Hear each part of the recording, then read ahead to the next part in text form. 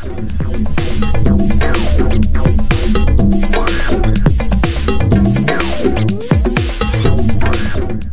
name is Chris Hector. I work for Dave Smith Instruments.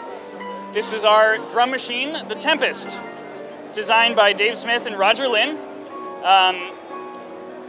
Really, the best way to get started is just press play. We're in 16 beats mode right now.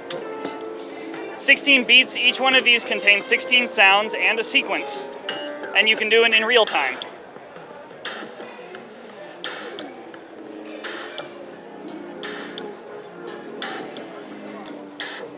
The knobs control all the sounds in this mode.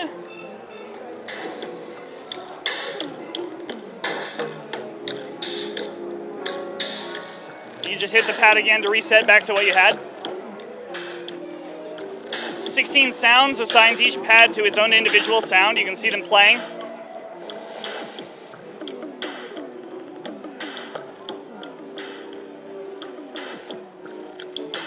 When you're in 16 sounds, you can do editing of one specific sound. Pretty straightforward interface. Roger designed this very cleanly.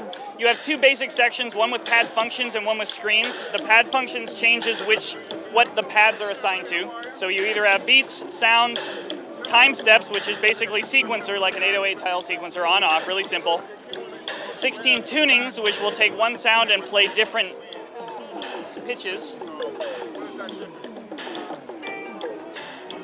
Each of these 16 tunings, 16 velocities, so each one's assigned to a different velocity.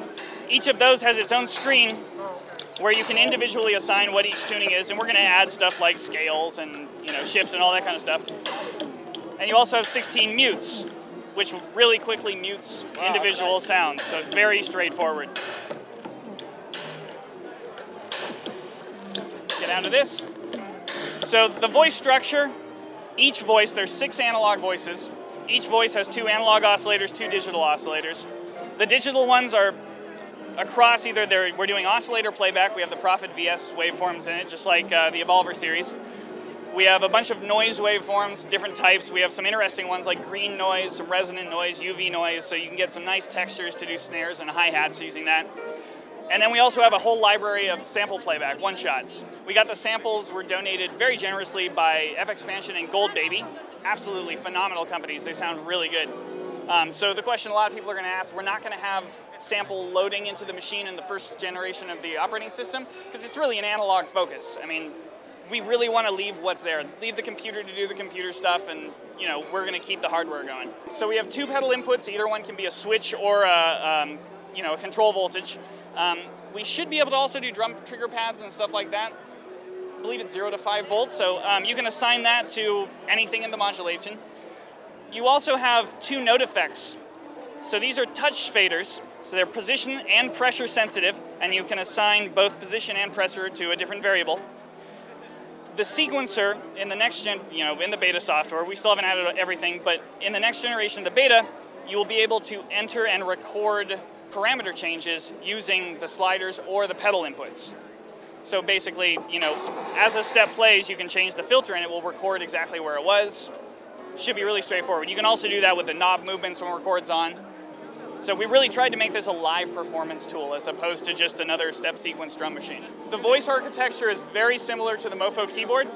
The 2 analog oscillators are exactly the same. We got a Curtis chip using the same low pass filter. In this one, we added a discrete high pass filter because you really can't do drum sounds without it.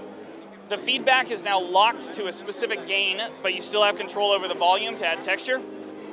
On the master out, we added an analog distortion and an analog compression. I'm going to give you a demo of that.